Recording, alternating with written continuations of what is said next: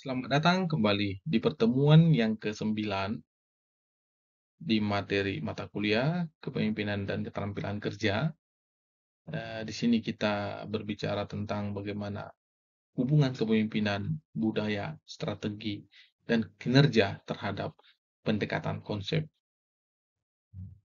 Hubungan kepemimpinan, budaya, strategi, dan kinerja, pendekatan konsep. Hubungan kepemimpinan, budaya, strategi, dan kinerja ini sangat dekat dengan pendekatan konsep. Organisasi ada karena ada beberapa individu yang mempunyai tujuan yang sama. Berdasarkan tujuan, organisasi dibagi menjadi dua, yaitu organisasi sosial dan yang bertujuan meningkatkan kesejahteraan anggotanya, sedangkan organisasi bisnis bertujuan mencari keuntungan-keuntungan ataupun profit. Selain itu, ya ada juga cara untuk melihat sebuah organisasi yang dikembangkan oleh konsep teori 5 fase pertumbuhan organisasi yang dikemukakan oleh Greiner. Model yang lain bagi fase pertumbuhan organisasi adalah model dari Itzhak Achievers 1988. Konsep pertumbuhan organisasi menurut Itzhak Achievers ini memang diperuntukkan bagi organisasi bisnis, ya. Dari uraian dua konsep tentang fase pertumbuhan organisasi sosial ataupun nirlaba dan organisasi bisnis tersebut dapat ditarik kesimpulan umum, ya. Yang pertama adalah dalam organisasi selalu terdapat pemimpin yang memegang kendali berputarnya roda organisasi. Pada organisasi sosial, krisis kepemimpinan biasanya terjadi pada awal pertumbuhan organisasi. Apabila ada satu pemimpin yang dipilih, organisasi tersebut akan berjalan ya atas arahan pemimpin tersebut. Dalam organisasi bisnis, terdapat pula pemimpin yang memerhatikan bisnisnya jika lengah, ia akan kalah dalam persaingan. Kedua, setiap organisasi memiliki cara kebiasaan ataupun aturan dalam mencapai tujuan dan misi organisasi, termasuk cara individu hidup berinteraksi satu sama lain, bermasyarakat, dan cara individu mengatasi permasalahan yang dihadapi dalam organisasi.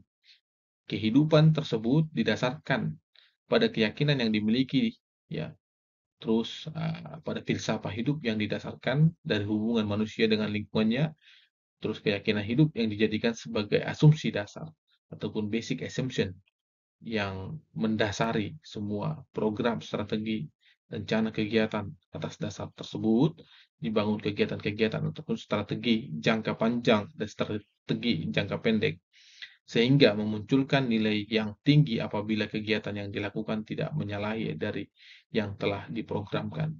Begitu pula sebaliknya, ya. Dengan kata lain, organisasi memiliki budaya sesuai dengan asumsi dasar para pemimpinnya. Ketiga adalah perilaku individu yang ada dalam organisasi dalam upaya melaksanakan program kerja yang telah disepakati ataupun diembannya akan memunculkan ataupun menciptakan kinerja mereka. Keempat adalah kinerja yang tinggi yang ada pada individu ataupun organisasi yang menunjukkan bahwa apa yang dilakukan oleh individu telah sesuai dengan yang diprogramkan oleh organisasi. Hal ini juga sesuai dengan asumsi dasar organisasi. Dengan demikian, kinerja yang tinggi tentunya pada budaya organisasi yang baik itu akan tercapai. Hubungan antar kepemimpinan dengan budaya organisasi. Setiap pemimpin mempunyai peran dalam menentukan program kerja yang didasarkan pada asumsi organisasi. Apabila perilaku bawahan telah sesuai dengan program yang telah digariskan oleh pemimpin, maka nilai yang diperoleh dalam itu sangat tinggi sekali, ya. Begitu juga dengan sebaliknya, apabila perilaku bawahan tidak sesuai dengan program yang telah digariskan oleh pimpinan, nilai yang diperoleh akan rendah, ya. Tidak hanya demikian, ya, pemimpin juga dapat diciptakan melalui budaya organisasi tersebut, ya, sehingga budaya ini sudah terlebih dahulu mengakar pada tubuh organisasi tersebut. Pada sisi lain, pemimpin yang merupakan penerus ataupun succession ini dari organisasi tersebut merupakan suatu contoh, ya, untuk pemerintahan Indonesia yang sering berganti pemimpin, tapi mereka hanya mempunyai acuan ya yang wajib selalu digunakan, yaitu Undang-Undang Dasar. Hubungan antar kepemimpinan dan strategis. Pemimpin dengan gaya kepemimpinannya menentukan strategis perusahaan yang baik jangka panjangnya itu maupun jangka pendek, disebut sebagai dengan corporate strategi ataupun bisnis strategi. Ini merupakan strategi perusahaan untuk mencapai tujuan jangka panjang. Dengan demikian, untuk menentukan strategi ini, pimpinan biasanya dalam puncak pemilik perusahaan. Adapun strategi fungsinya itu strategi yang setiap tahunnya diubah ya oleh departemen yang dikatakan sebagai strategi jangka pendek. Terus, hubungan pemimpin dengan budaya dan strategi itu berbicara tentang setiap anggota organisasi bekerja pada dasarnya itu dengan deskripsi pekerjaan yang telah diberikan kepadanya. Ya, deskripsi yang diberikan merupakan arahan pada pencapaian tujuan organisasi dan akhirnya menciptakan misi organisasi.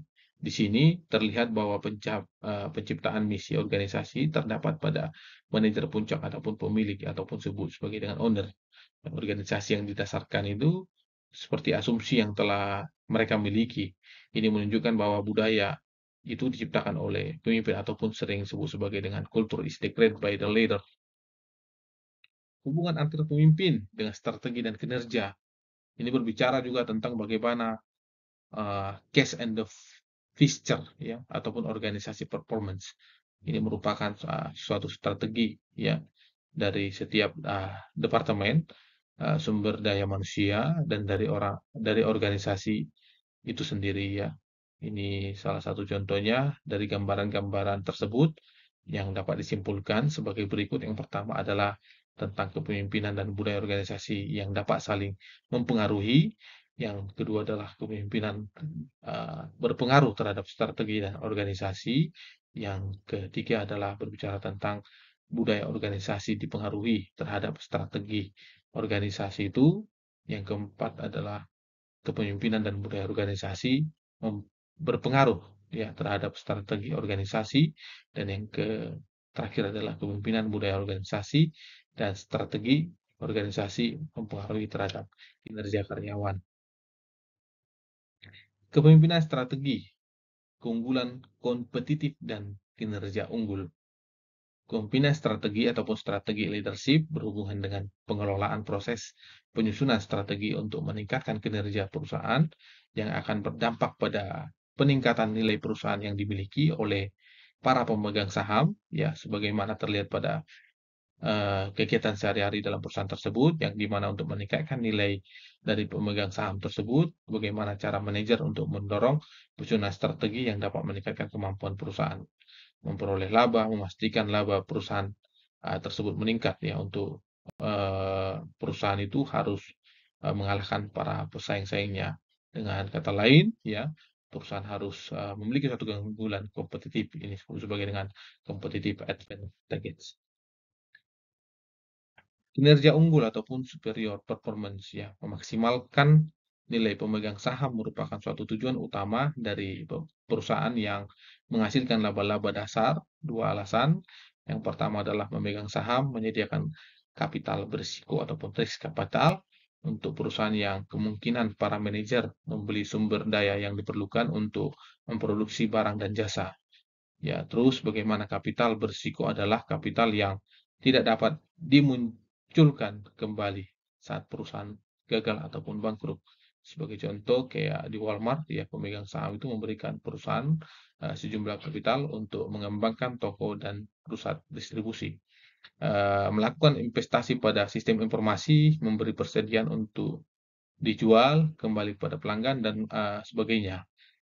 Seandainya Walmart bangkrut, para pemegang saham akan kehilangan uang mereka, ya saham yang mereka miliki menjadi tidak ada artinya, ya. Oleh karena itu, para pemegang saham tidak akan memberikan kapital mereka, yang percaya bahwa para manajer perusahaan itu berkomitmen untuk menjalankan berbagai strategi yang dapat memberikan imbalan yang bagus ataupun investasi pada kapital yang telah dilakukan. Model bisnis adalah konsepsi dari para manajer mengenai berbagai strategi yang dijalankan oleh perusahaan.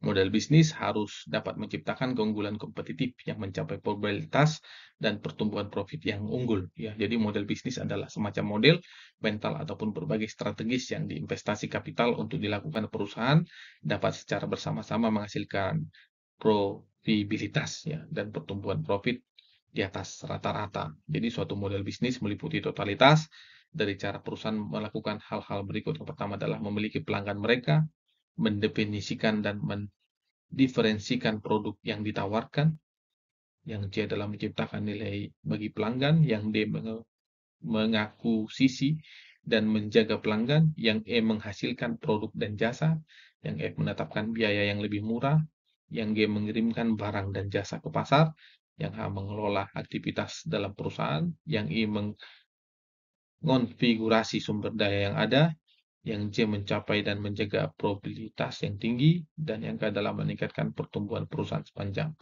waktu. Oke, thank you. Akhir kata saya ucapkan terima kasih. Semoga penjelasan dalam kepemimpinan dan keterampilan kerja kali ini bermanfaat dalam kehidupan sehari-hari, dalam berorganisasi kegiatan di atas kapal, dan dapat diaplikasikan dalam keselamatan kerja di atas kapal. Akhir kata saya ucapkan terima kasih.